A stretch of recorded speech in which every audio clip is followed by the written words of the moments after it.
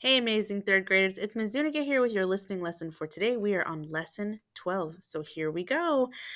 Um, our lesson today is going to start by talking about how authors purposely will talk about comparing and contrasting two different things side by side. And today we're going to look at the word compare. Let's take a look at this graph here. It says comparison. It means to show the difference and similarities between two or more things. Authors will use words like however, on the other hand, like, unlike, or the same. So keep an eye and an ear out for those words that the author is going to put in today's listening lesson. Okay, here's Rattenborough. It says, well, boys and girls, it's me, Rattenborough, back again. Today we're going to talk about a group of animals that you already know a little something about, and based on your own personal experience. Hilda Hippo is one of these, and I, Rattenborough, am one of these. Can you guess what we're going to talk about today? That's right, it's mammals. Now, the word mammal comes from the Latin word mammalia, which refers to a group of animals who possess mammary glands. So here's the word mammals. Not sure if it's backwards. And then here's the word mammary glands. Let's compare them. They have the same letters. We see lots of M-A-M-M. So mammals comes from mammary glands. What are mammary glands? They are the milk producing organs that belong to female mammals, the girls. When female mammals give birth, they secrete a nourishing substance called milk to feed their young. That is one of the primary characteristics of mammals. We feed our young with milk. That's right. Rats drink mother's milk, hippopotami drink mother's milk, and so do humans. The mother's milk has all the nourishment that a baby needs. Mammals have backbones. Reach around and check out your back one more time to make sure that your backbone is still there. Oh, yep, I feel mine.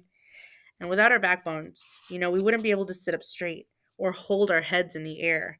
And our spinal cords that house the nerves that send messages to our brain would be unprotected. So, because we all have backbones, scientists call us vertebrates. Now, reptiles and amphibians and fish all have relatively low metabolism, and as you have learned, are classified as cold blooded mammals. Like birds, mammals such as this horse have a high metabolism, burning lots of energy to help them maintain a constant internal body temperature. What is the term that taxonomists use to classify mammals in terms of body temperature? That's right, we are all warm blooded. So, pause real quick. The author said, like birds, mammals such as this horse have a high metabolism. They said, like birds. So we're comparing birds to this horse because they both have a high metabolism. One of you was right when you said that mammals are covered with hair or fur.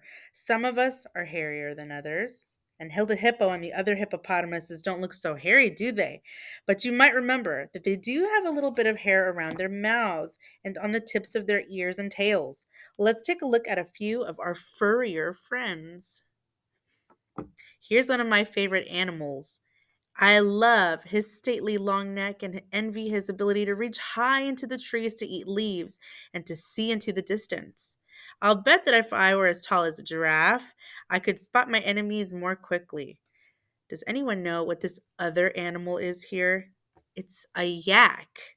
Yaks need their shaggy hair and dense woolly undercoats to help keep them warm on the cold Tibetan plateau where they live. Tigers and leopards have fur. Look at this Bengal tiger and this beautiful snow leopard of Central Asia. Both of these cat species are on the list of endangered species, a list of animals whose numbers have dwindled due to the loss of habitats and overhunting. How sad.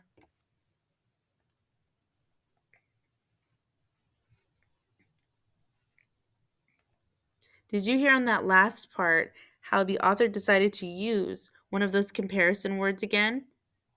They said the word, let's see if you can read it with me. B O, oh my gosh, T H. What does that spell?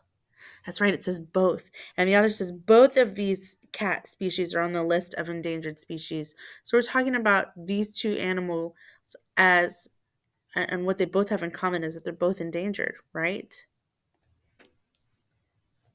Does anyone know what this is? This is a mammoth, a type of squirrel. And here's another type of squirrel, a flying squirrel. These squirrels don't really fly, but they do have folds of skin on the sides of their body that help them take great leaps, gliding through the air with the help of their tails for steering. The only mammals that can truly fly are bats. They have skin between their long fingers that stretch out, turning their arms into wings when they open. Bats may seem like birds, however, they are not because they have no feathers. They actually have a fine fur, and they give birth to live young. Pause. Did you hear that word that the author used again this time? They said the word, let's see if I can spell it for you. Howwever.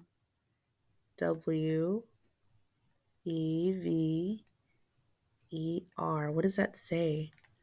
That's right. It says, however. They said bats may seem like birds. However, which is like their way of saying, but not really. They are not because they have no feathers. This is showing how authors can use the word however to contrast or talk about how two things are, that's right, different.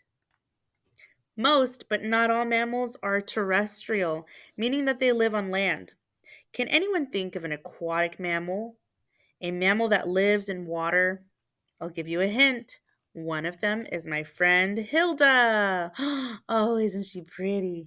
Ah, yes, hippopotami love the water, but they're actually semi aquatic. Semi means half, so they're only half, meaning that they live partly in water and partly on land. Hilda and other hippopotami stand in the water during the day to keep cool, but they graze on land when the evening falls. Whales are marine mammals. Here's the word marine. Marine, meaning that they live in the ocean. The blue whale is not only the largest mammal, but it is also the largest mammal on Earth. Blue whales can grow up to 100 feet long. That's a little longer than a basketball court. Its tongue alone weighs more than 3 tons. That's just its tongue. Its tongue alone weighs more than, imagine that. Manatees and smaller whales such as dolphins and porpoises are also fully aquatic marine mammals. They share saltwater seas with walruses and seals, semi-aquatic animals that like to wander on shore, just like Hilda hippo does. Well, mammals also have lungs. All mammals have lungs and an underlying diaphragm.